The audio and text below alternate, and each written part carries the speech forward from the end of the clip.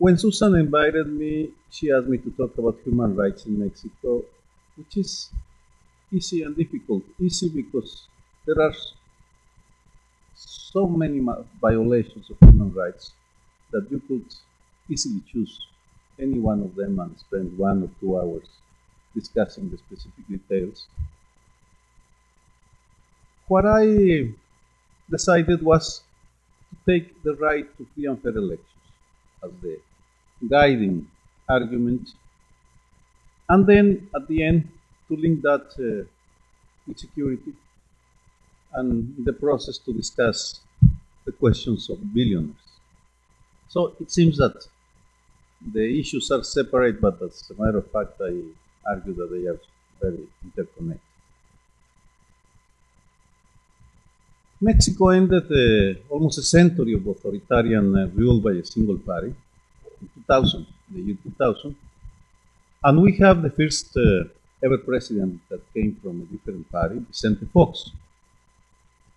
So I will start.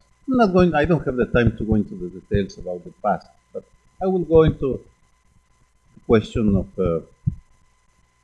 what is the inheritance of Vicente Fox. Is it true that he was an irrelevant, inefficient president, or did he did something to change Mexico? The question is very broad, but what I argue, and I'm going to present to you bits of information of a new book that I am finishing, which is about the question of democracy and human rights, and related to free and fair elections, to democracy. What I argue is that he didn't plan it, but he was able to make a silent revolution in Mexico, in the sense that he was instrumental by his inaction in redistributing power in ways that nobody anticipated. So I'm going to start to show some of the slides that will give you an idea of this redistribution of power. So let's start with the myth of the imperial presidency. No, I think it's have to go to the number one. No, I don't know.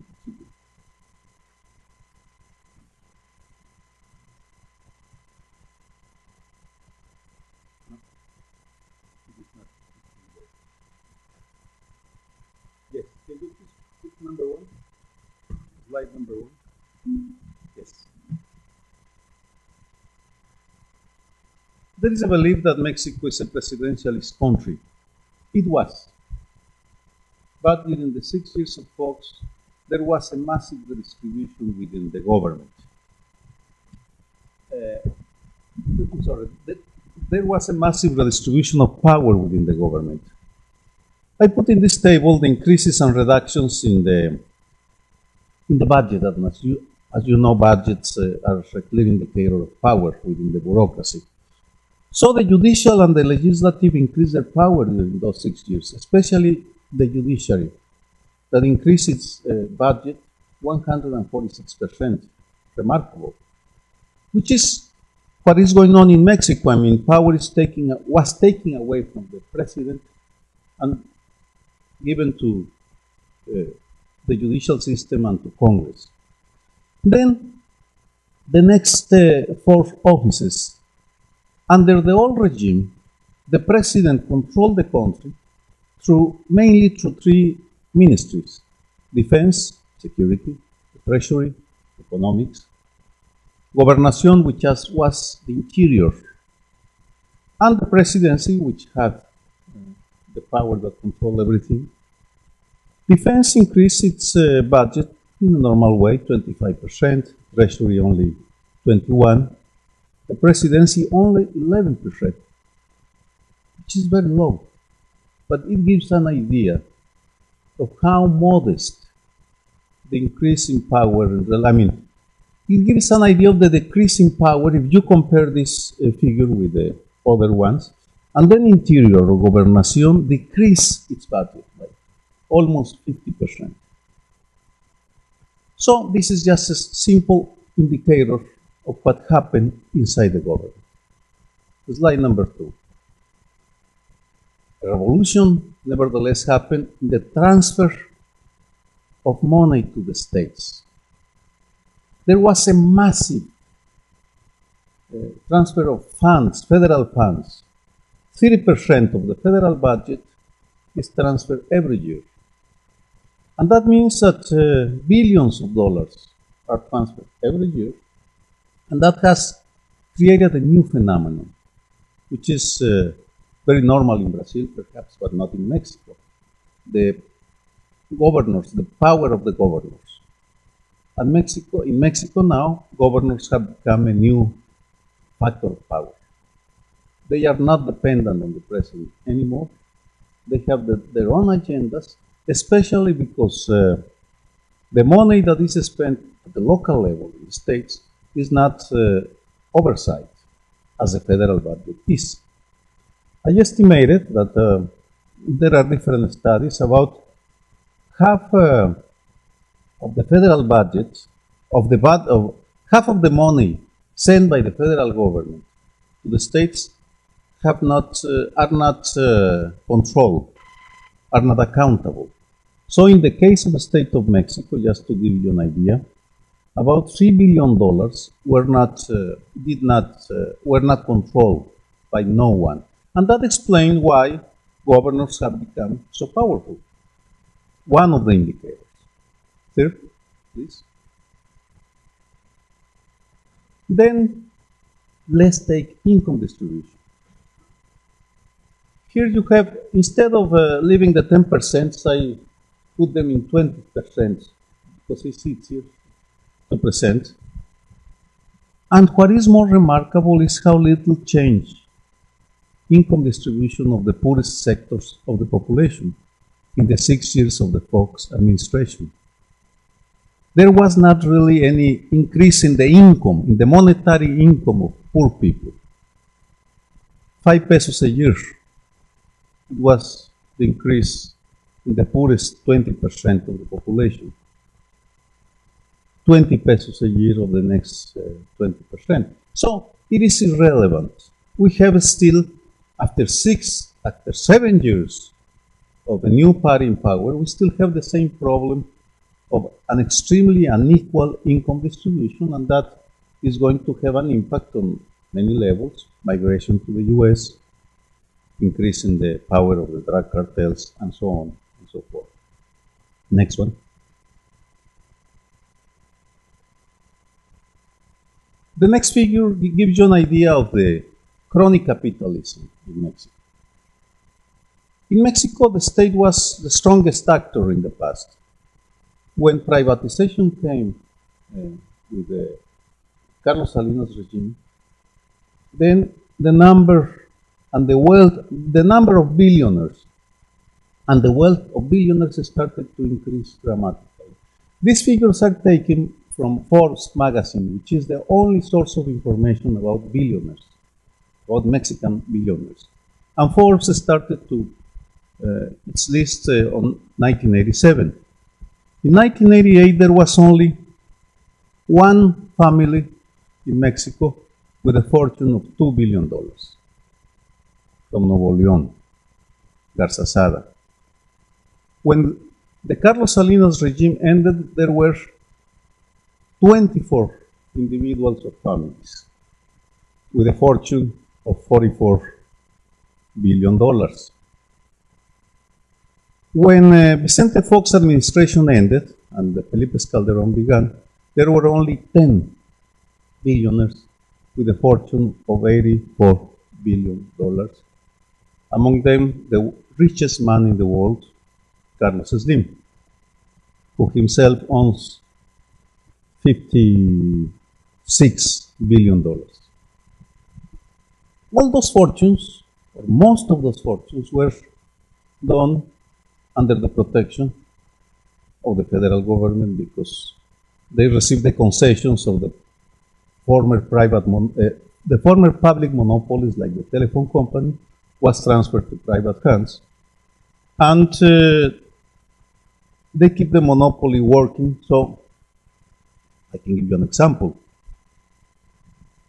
I have a contract here in the US that cost me for a cell phone that cost me about $30 a month.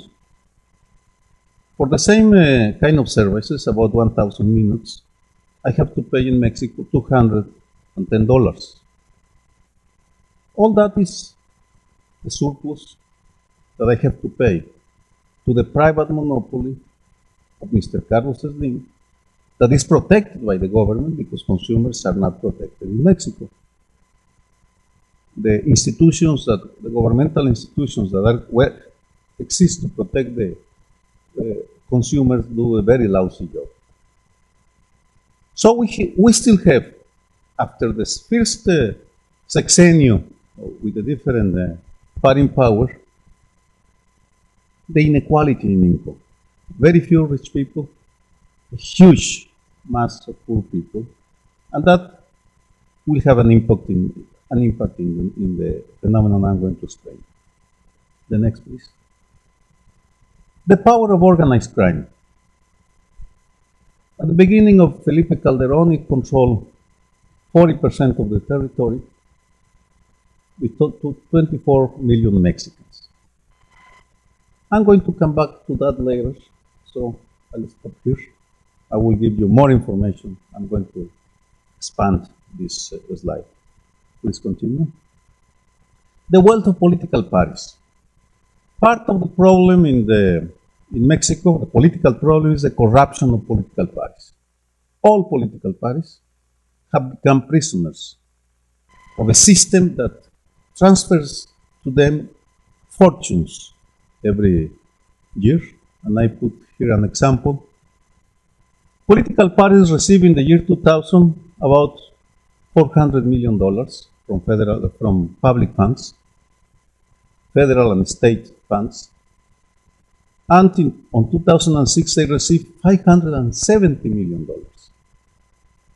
It is an increase, and what is more important, I didn't estimate the percentages, is that the state transfers of money are growing at a higher speed, at a higher rate than federal money, because governors have more money to give to the political parties. This has created a triple corrupting effect in political parties. It has created bureaucracies that receive relatively good salaries, and I can give you now some examples. And they have the key to access to public office, which is extremely well paid in Mexico. Not as in Brazil, perhaps, but it's very, very well paid. And I can give you an example in figures. A university professor earns about $2,000 a month. If he or she is a party leader, he earns about $4,000.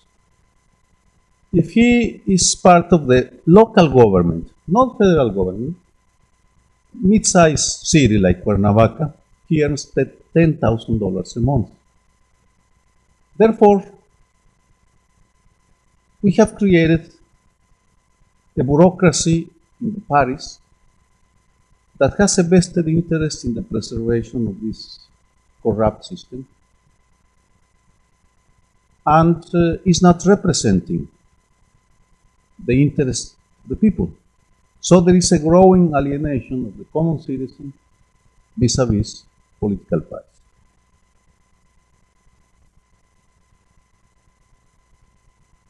Let's move to political rights. The foundation of a democratic society is the respect for the vote, the right to free and fair elections. It's a founding right. If you have that right, if you respect that right, then a number of other rights can be respected. Mexico has a very long tradition of electoral protest. I included here the four presidential elections that are, it is accepted, were fraudulent, 1929, 1940, 1952, 1988. I don't have the time to go into detailed comparison, but I want to go to the question that is dividing, has divided Mexico, and is dividing Mexico still. Was there an electoral fraud in 2006? 50% of the population will say no, it was a clean election. 40% of the population will answer yes, there were irregularities, even perhaps an electoral fraud. Nobody really knows for sure what happened in that election, because, believe it or not, one of the underdeveloped fields of inquiry, academic inquiry in Mexico, are electoral frauds. We should have PhDs. Full professorships, a chair in every university. I'm not joking. Electoral fraud has been so central to our political system, to our culture. It has permeated so much. It has injected so much our culture with corruption, because Mexican society is very tolerant with corruption. Opinion polls are very clear about that. We are not perhaps a corrupt society. That's an open debate. I don't think we are corrupt, but we tolerate corruption. Because we have learned throughout a century of electoral frauds that you can't do nothing with an electoral fraud. So, the tragedy of 2006 has to do not with the fact of who won the election, because, and I don't want to enter into that debate with Felipe Calderón or López Obrador.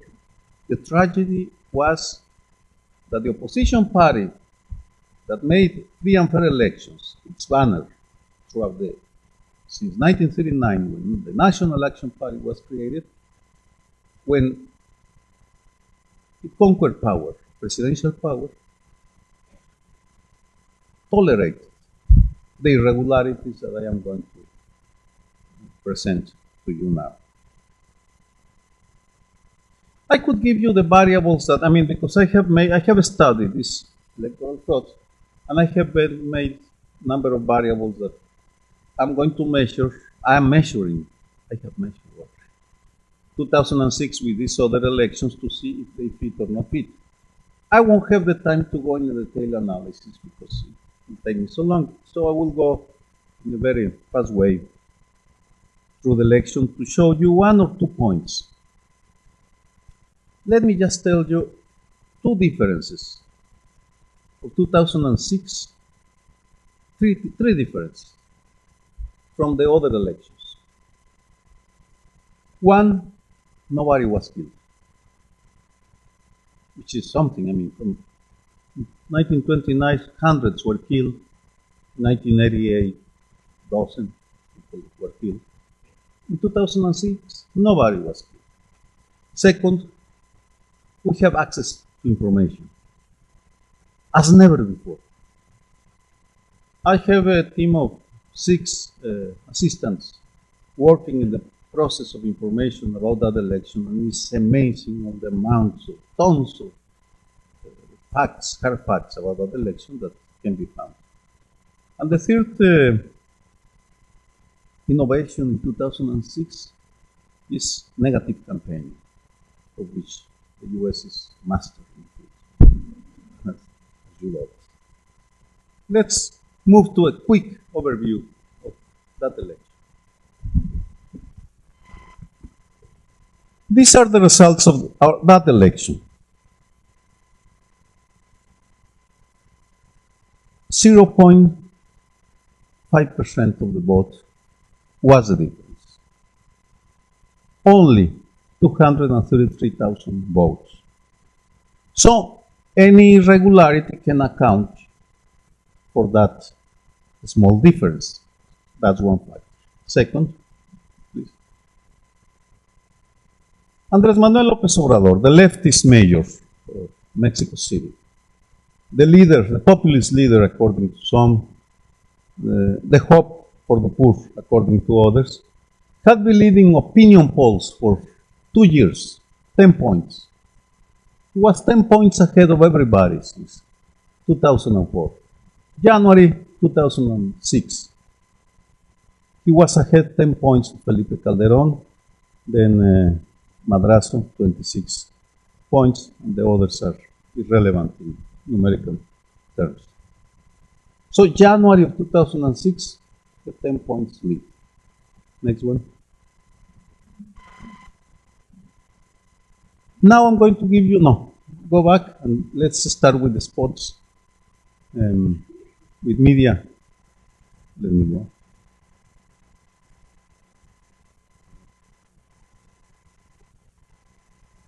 No, it's, yes, the spots. The one of Ladrillos, the number one. Yes. This is the first spot transmitted on February 2006. Felipe Calderón decided, I'm going to lose.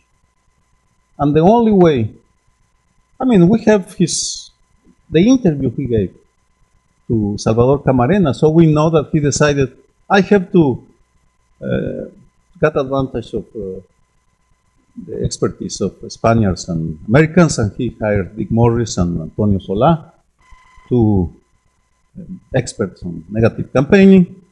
And on March 12th, the National Action Party transmitted nationally this spot.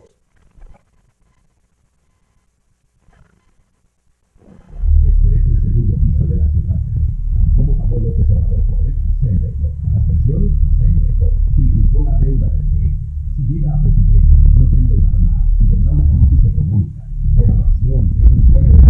Estos son los grandes planes de López Obrador. Un peligro para México. A danger to Mexico. I'll go back later to negative campaigning, to the question of timings and all that. The number two, this was aired 6 days later, March 16, 4 days later.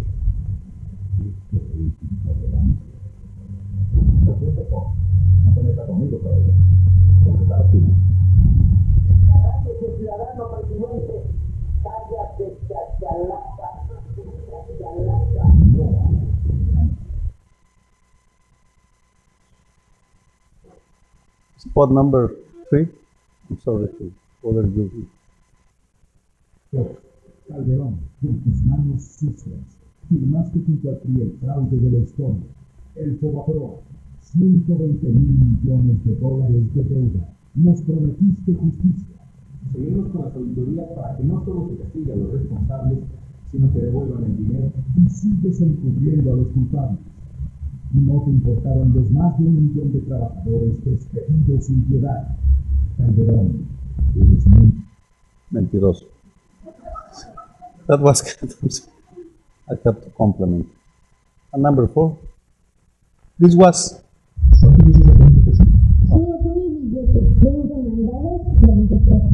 si te digo que una devaluación de 20 pesos no es una validez?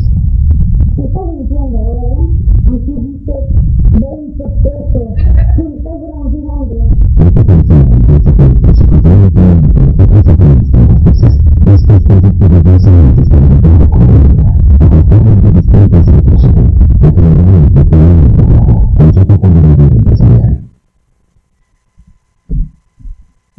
Let's analyze this.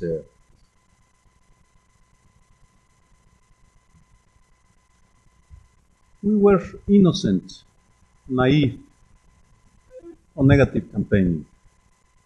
Never before in Mexican history this kind of spots have been used on a presidential campaign. That does not mean that the authoritarian regime did not use rumors and defamation to discredit opposition leaders. But it was done in a different way, not with the spots. I know that for Americans, and I have discussed this with them, say, well, that's normal, that's freedom of speech.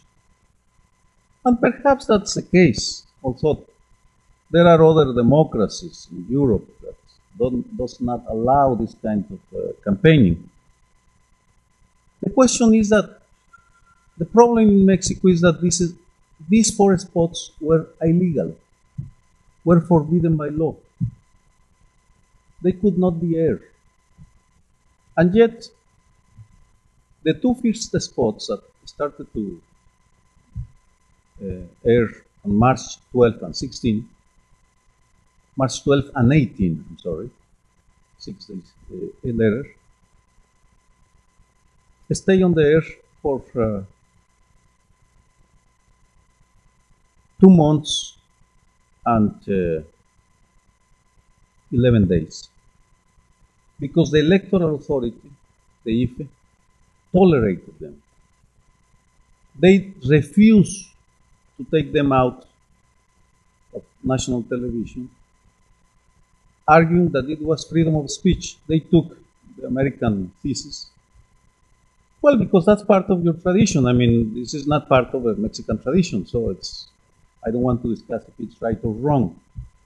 It had to go the case to the electoral tribunal that ruled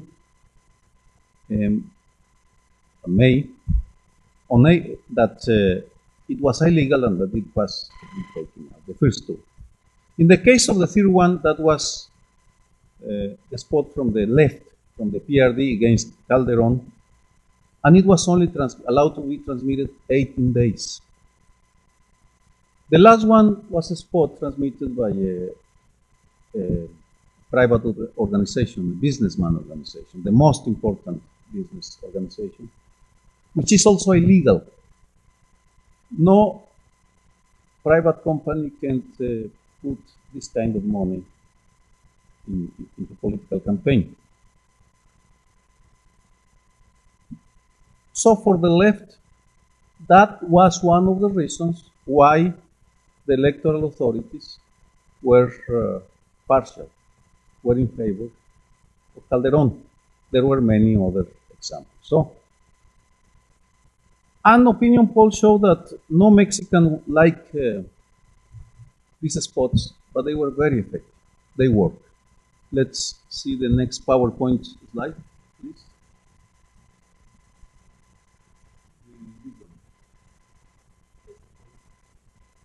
These were the consequences of the spots. Look at they aired in March. In April, the fall of Andrés Manuel López Obrador, 35%. Felipe Calderón, 38%. There were many other factors. I'm oversimplifying. I am not saying that the spots were the only cause, but it was a very important cause for the drop in the preferences for the president. This is only one of the many irregularities that occurred during 2006. I could give you a lot more, but that explains why about 40% of the population believe that it was an election characterized by irregularities. What were the consequences of 2006?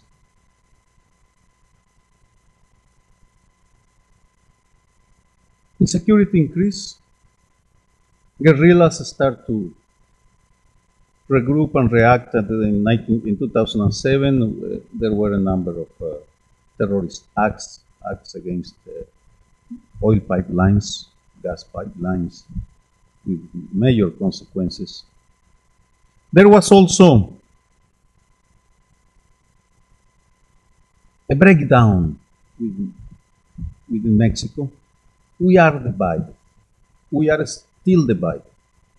No matter what they tell you, opinion poll after opinion poll show that we are divided on fundamental issues and on the question of what kind of democracy we want. there are all sorts of opinions, but this is a New Mexico. Perhaps it is better. I don't know.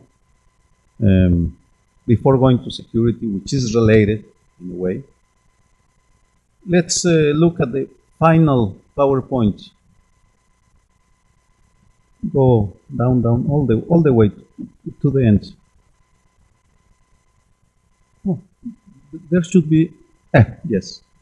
This is an opinion poll that has not been released. So you are privileged to see these figures. It was, a friend of mine, Roy Campos from Mitowski, allowed me to use these figures for an opinion piece and for this presentation.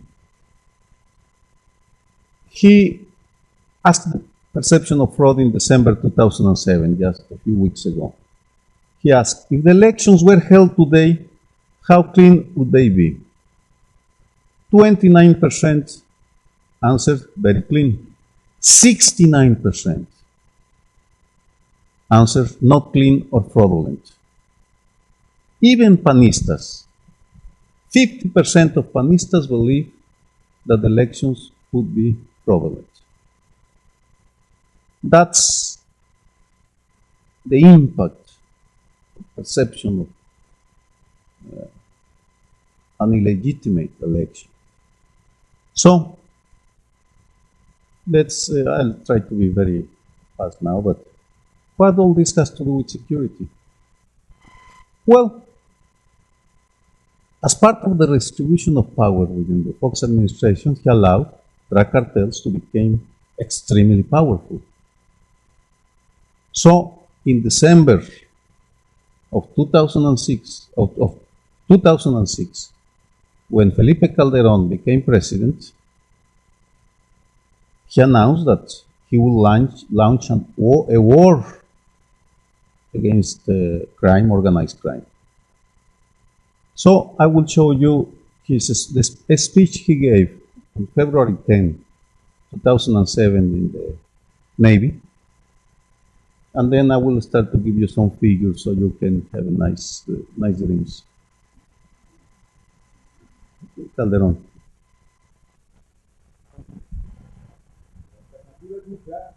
O rescatamos a México o cancelamos un futuro de prosperidad que merecen los hijos de todos los mexicanos. Y por muy grande que sea, vamos a utilizar toda la fuerza del Estado para responder a quienes desafían a la autoridad y a la sociedad, para responder a quienes retan a las instituciones y ponen en peligro el futuro del país. Hablando de recuperaremos la seguridad en Guerrero, en Michoacán, en Baja California, en Sinaloa, en Chihuahua, en Durango, en Tamaulipas, en Nuevo León y en toda región del país que esté amenazada por el crimen organizado. Ese es el enemigo. He only missed Texas and Illinois from the list, it seems. He said at the beginning of his speech, we will rescue Mexico. Who kidnapped Mexico? The language can be very powerful. He was very clear. He named 8 states. So what I did,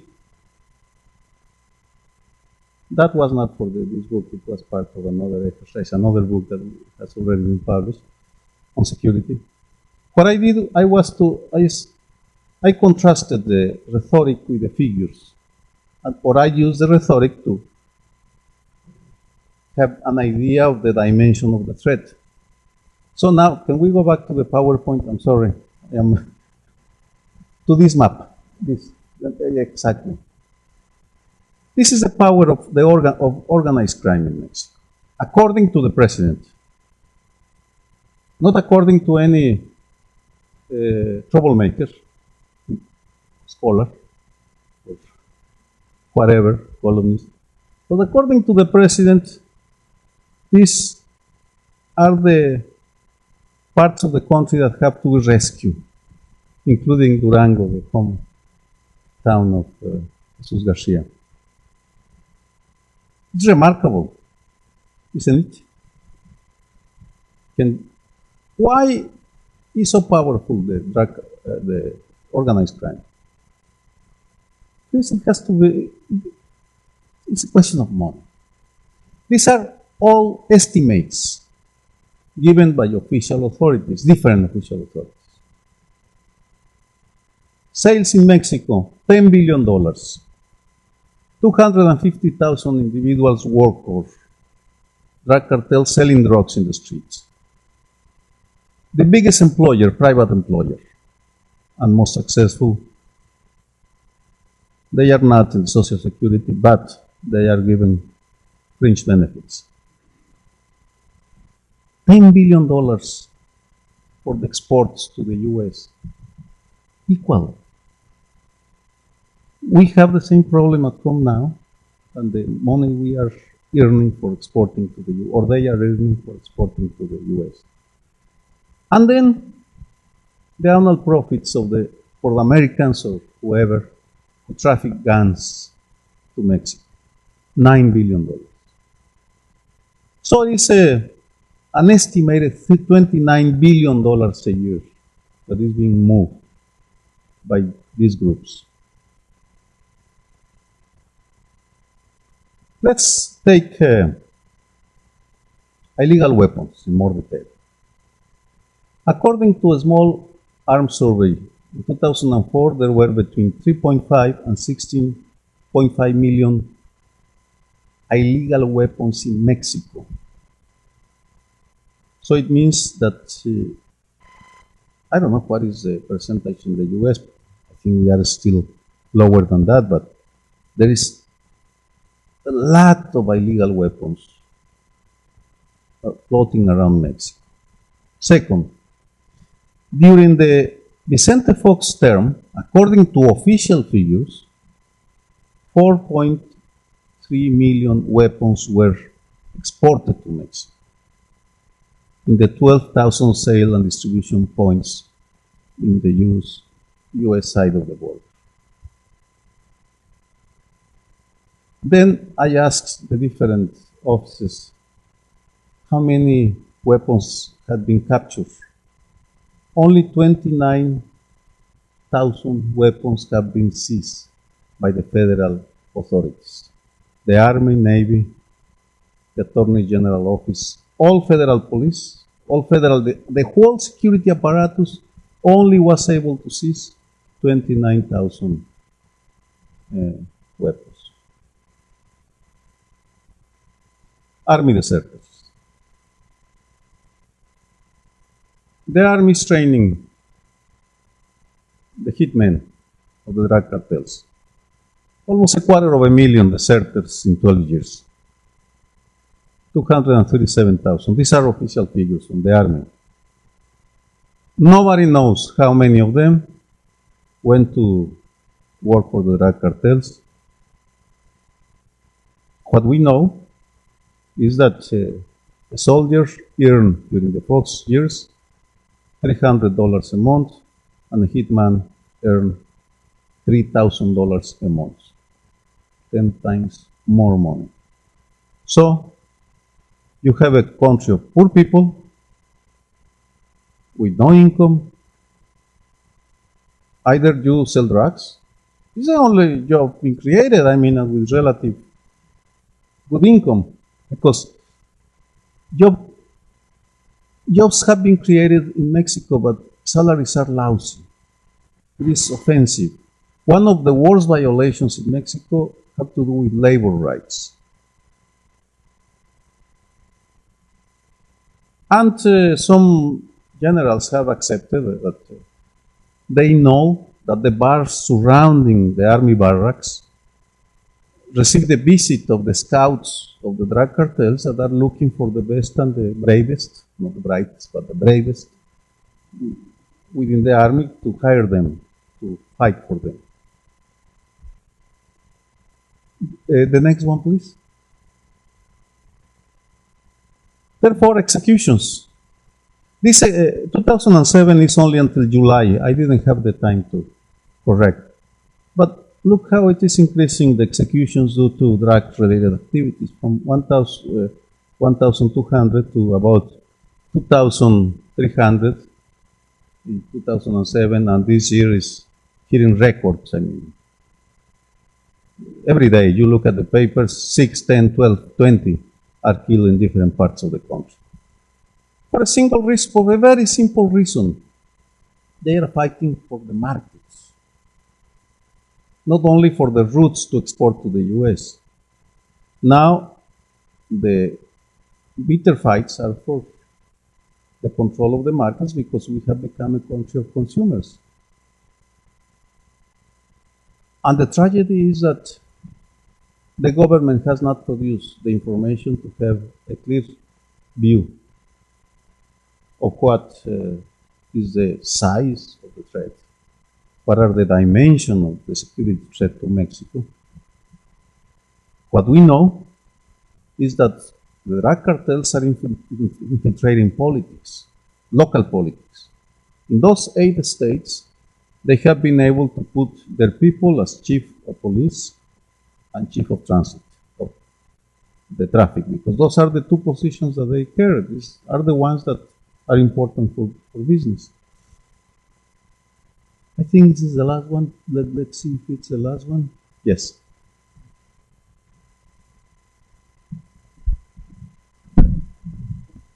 I could continue on and on with the implications this has for human rights. Just let me finish by giving you a clear connection. It is not the only one. President Calderon did not have other option. He had to send the army. Because these figures can give you an idea of how powerful drug cartels have become. And because he wanted to gain some legitimacy after the elections. There were two of the reasons. Those were 2 of the reasons. But the army was not trained to respect human rights in Mexico. Not in the US, not in democracies, as we know by all the evidence in Iraq and everywhere. And soldiers are trained to kill, period. They are educated to do that.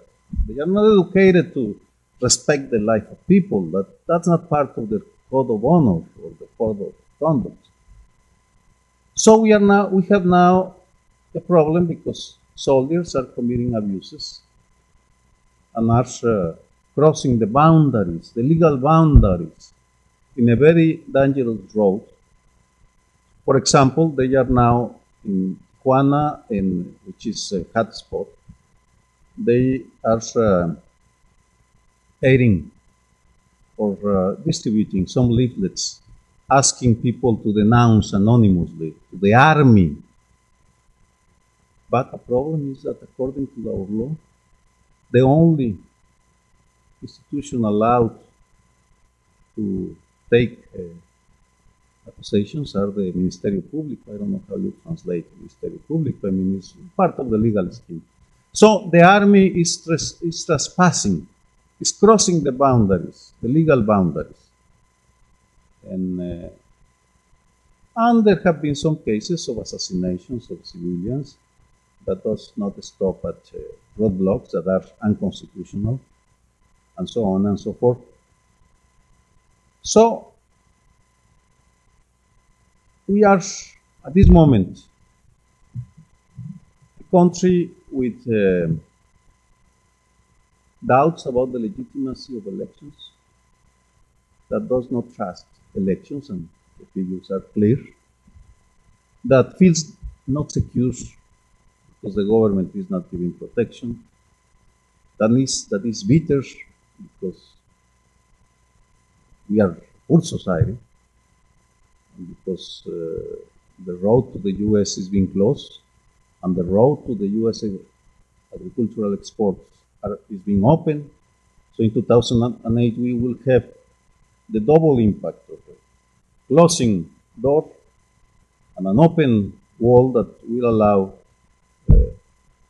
basic agricultural exports to Mexico. And in the middle of that turmoil, we have human rights that are being the victims, the logical victims of this kind of situation, in which still, I don't want to sound very pessimistic, because I think there are some spaces to work and there are some reasons, some grounds to be relatively optimistic about the future. But it is not going to be an easy task, and I believe that on 2000 we have crossed the threshold, because at last we had a credible, free and fair election, presidential election that was free and fair, 2000.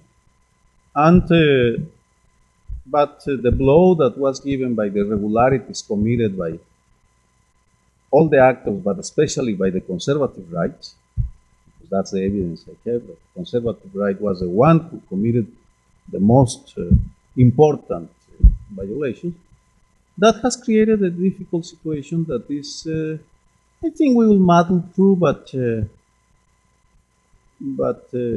will take still years for things to settle down and to advance somehow to a more democratic society in which human rights are respected. And for that, the challenge and the task lies in the hands of the people, citizens, because we cannot expect much from political parties, the government, drug cartels, billionaires. They are not there to help the people. They are there to extract wealth from the people and from the country, of course, the natural resources of the country. I think I sounded a bit pessimistic. I was trying to get a way out, but the way how I built the speech, I think, no, it's not a speech, the conference does not allow me to end with it. I'm sorry, I cannot be optimistic. Thank you.